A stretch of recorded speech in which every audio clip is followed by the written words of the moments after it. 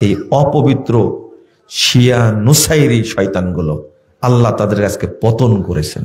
বলেন আলহামদুলিল্লাহ। খুশি হতে পারেন না, তাই না? এই বিদ্রোহী ভাইরা, আমি কিন্তু আগে বক্তব্যে বলতাম যে সিরিয়াতে যে সংগ্রামটা করছে বিদ্রোহী গ্রুপটা, এই গ্রুপটাকে অস্ত্র এবং অর্থ সহযোগিতা করছে সরাসরি সৌদি আরব এবং কুয়েত আর দুবাই। আল্লাহ এতদিন পরে উন্মুক্ত করে দিয়েছে, আলহামদুলিল্লাহ আলহামদুলিল্লাহ। কত যে আনন্দ ভিতরে আপনি বুঝবেন না, কারণ আপনি ইবনু তাইমিয়াকেও ভালোবাসেন না, ইমাম ইবনুল কাইয়িমকেও ভালোবাসেন না। সবার কবর ওই জায়গায় আছে, কত নবীর কবর ওই জায়গা আছে। এমন একটা জায়গা পৃথিবীতে মানুষ কোথাও জায়গা পাবে না, কিন্তু আল্লাহ বলছেন, রাসূল সাল্লাল্লাহু আলাইহি ওয়াসাল্লাম আল্লাহর কাছে দোয়া করছেন, আল্লাহ তুমি সিরিয়ার উপরে বরকত নাজিল করো। সবাই সিরিয়ায় আশ্রয় নেবে এমন একটা জায়গায়। এই সিরিয়াতেই ঈসা আলাইহিস সালাম দামেস্কে তিনি নামবেন এবং ইমাম মাহদী তার সাথে দেখা হবে এই সিরিয়াতেই।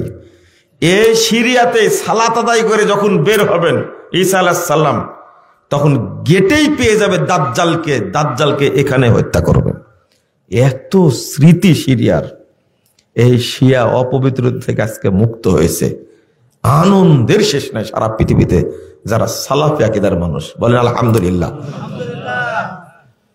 এর চেয়ে খুশি হব, এটা বলে দিচ্ছি, এর চেয়েও খুশি হব যেদিন ইরান থেকে শিয়া মুক্ত হবে। ইরান আছে না, ইরান, এরা হলো ইহুদি খ্রিস্টানদের চেয়ে বড় দুশ্মন, মুসলমানদের বড় দুশ্মন। আপনারা কি জানেন ঘটনা কি হয়েছে? জানেন না? এই ইসরায়েল আর হেজবুল্লাহ যুদ্ধ করছিল না, এরা করছিল, এখন করে না। 30 দিনের মধ্যে বন্ধ করে দিছে যুদ্ধ। কি করেছে? বন্ধ আছে এখন। কেন বন্ধ করেছে জানেন? এতই বদের বদ এরা। দেখেন পত্রিকা লেখে, আমার কথা পত্রিকায় লিখেছে, হিজবুল্লাহ, হামাস এবং ইরান এরা সবাই মিলে বাশার আল আসাদের পক্ষে লড়াই করার জন্য ওইদিক ঘুরে গেছে। এখন কি বুঝলেন? এতদিন কার জন্য কাঁদলেন আপনি বলেন তো দেখি? কার জন্য চোখের পানি ফেললেন? এটাই তো বুঝাতে পারে না এই দেশের মানুষকে। আবেগী তো, শুধু গালি দেয়, শুধু গালি দেয় মুজাফফরকে। আমার মুখে যা আছে তাই বলে দিয়েছে, যা সত্য তাই বলে দিই। মানুষ বুঝবে 10 বছর পর, তবে বলে দিব। আপনার কথাটা বুঝতে পারলেন? আপনার হিজবুল্লাহর জন্য কান্নাকাটি করলেন না? এই হিজবুল্লাহ কি? এই হিজবুল্লাহ, এই হামাস, এই ইরান, এরা সব মিলে ইসরায়েলের সাথে যুদ্ধ বন্ধ করে তারা শামিল হলো বাশার আল আসাদের সাথে এই সিরিয়া দখলে রাখার জন্য। কিন্তু ইরানের এই ষড়যন্ত্রটা কাজে লাগেনি, আল্লাহ সিরিয়াকে স্বাধীন করে দিয়েছে। বলুন আলহামদুলিল্লাহ। তুমি যদি মুসলমানের বাচ্চা হও আর জীবনে কখনো হিজবুল্লাহর পক্ষে কথা বলবে না। শুনে রাখো, তোমার যদি লজ্জা থাকে, তোমার যদি শরম থাকে, তোমার যদি ঈমান থাকে, হিজবুল্লাহ হামাসের ব্যাপারে, ইরানের ব্যাপারে কোনো কথা বলবে না। তোমাদের শরম থাকে, তুমি একটা বেহায়া। তুমি তালেবানের পক্ষেও কথা বলো। তালেবান তোমার দুলাভাই, তুমি তালেবানকে চিনো, ইতিহাস জানো। আবার শিখতে হবে, আবার চিনতে হবে। এরদোগানকে তুমি চিনো?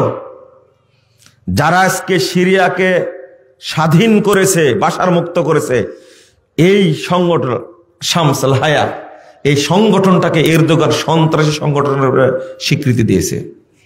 এরদোগান চেয়েছিল সৈন্য পাঠায়া বাশারকে সহযোগিতা করবে, কিন্তু সেই সাহসটা এরদোগান পায়নি।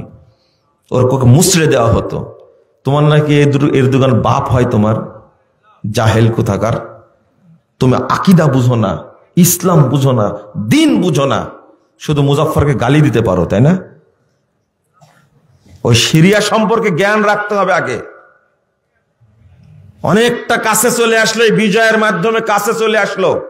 আল্লাহ যেন কিয়ামত পর্যন্ত এই সিরিয়াকে সালাফিদের দখলে রাখেন, বলেন আলহামদুলিল্লাহ। আল্লাহ তুমি কবুল করো, কিয়ামত পর্যন্ত যেন থাকে। এখানে ঈসা আলাইহিস সালাম আসবেন, পথ তৈরি হচ্ছে। যাও, তোমার বাপ গেছিল নাকি, কালো কাপড় পরে গেছিল ওই জায়গায়, নাই কেন আজকে? বুঝেননি কথা? কালো কাপড় পরা থাকবে, এরাই হবে ইমাম মাহাদির কি অনুসারী হবে।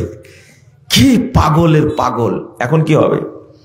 এখন কিন্তু প্রমাণ হয়ে গেল অনেকটাই যে ইমাম মাহাদি আসার সময়টা খুব কাছে চলে আসছে, তাই না? কাছে চলে আসছে। এটা আর একটা দখল হবে, খুব তাড়াতাড়ি মনে রাখবেন, সেটা হলো ইয়ামান। কি? ইয়ামান খুব তাড়াতাড়ি দখল হবে এবং শিয়া মুক্ত হবে ইনশাআল্লাহ।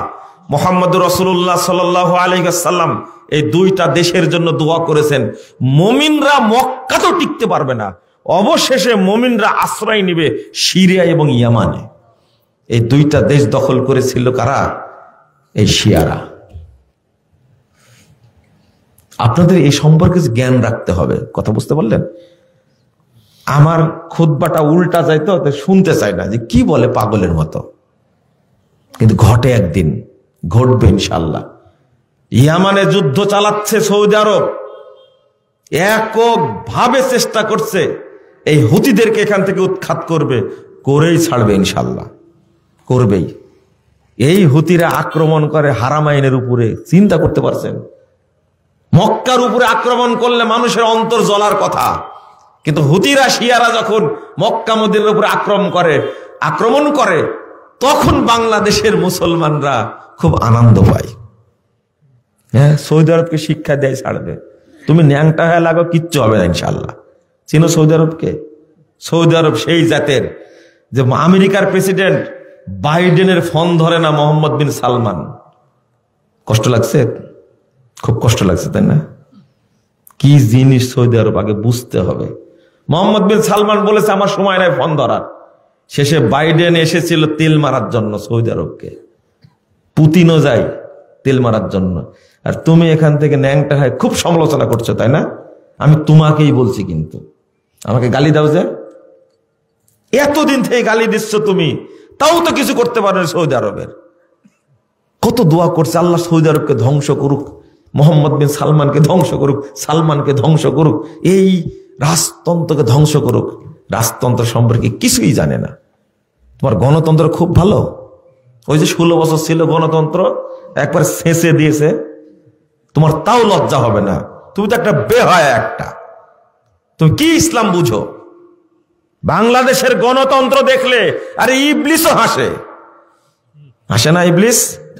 তোমার তো শরম করা উচিত।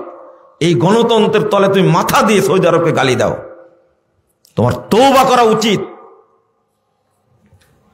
অনেক ভালো আছে সৌদি আরব, অনেক অনেক অনেক ভালো আছে, আরো ভালো থাকবে ইনশাআল্লাহ। তুমি তো গালি দিয়ে কি করবে? সৌদি আরবকে এমন গালি দেয়, কিন্তু একবার লজ্জাও করে না।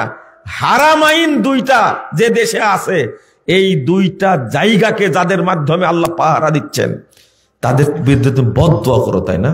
তোমার ঈমান নাই, তুমি একটা কাঁচা শিয়া, একবারে অরিজিনাল শিয়া একবারে। বাংলাদেশের মিডিয়াগুলো এত খারাপের খারাপ, এত খারাপের খারাপ, সারাদিন সৌদি আরবের বদনাম করে, সারাদিন বদনাম করে। আর আমরা সৌদি আরবের পক্ষে কথা বলি, তাই তোমাদের খুব লাগে, তাই না? লাগে। থাকবে না এই সমস্ত ফালতুমে ইনশাআল্লাহ। ধর্মের না ব্যবসা থাকবে না। আল্লাহ যেন মুসলিম বিশ্বকে হেফাজত করে, বলেন আমিন। আর একটা স্বাধীন দেখতে চাই ফিলিস্তিনকে। এই ফিলিস্তিন দ্রুত স্বাধীন হবে ইনশাআল্লাহ, হবে। এই ইসরায়েলদেরকে আল্লাহ ধ্বংস করবেন, ধ্বংস করেই ছাড়বেন ইনশাআল্লাহ। কত যে অপতথ্য, কত নোংরা তথ্য ছড়াই এগুলোর ব্যাপারে। বাংলাদেশের মানুষ শিক্ষা অর্জন করবে না, করবে।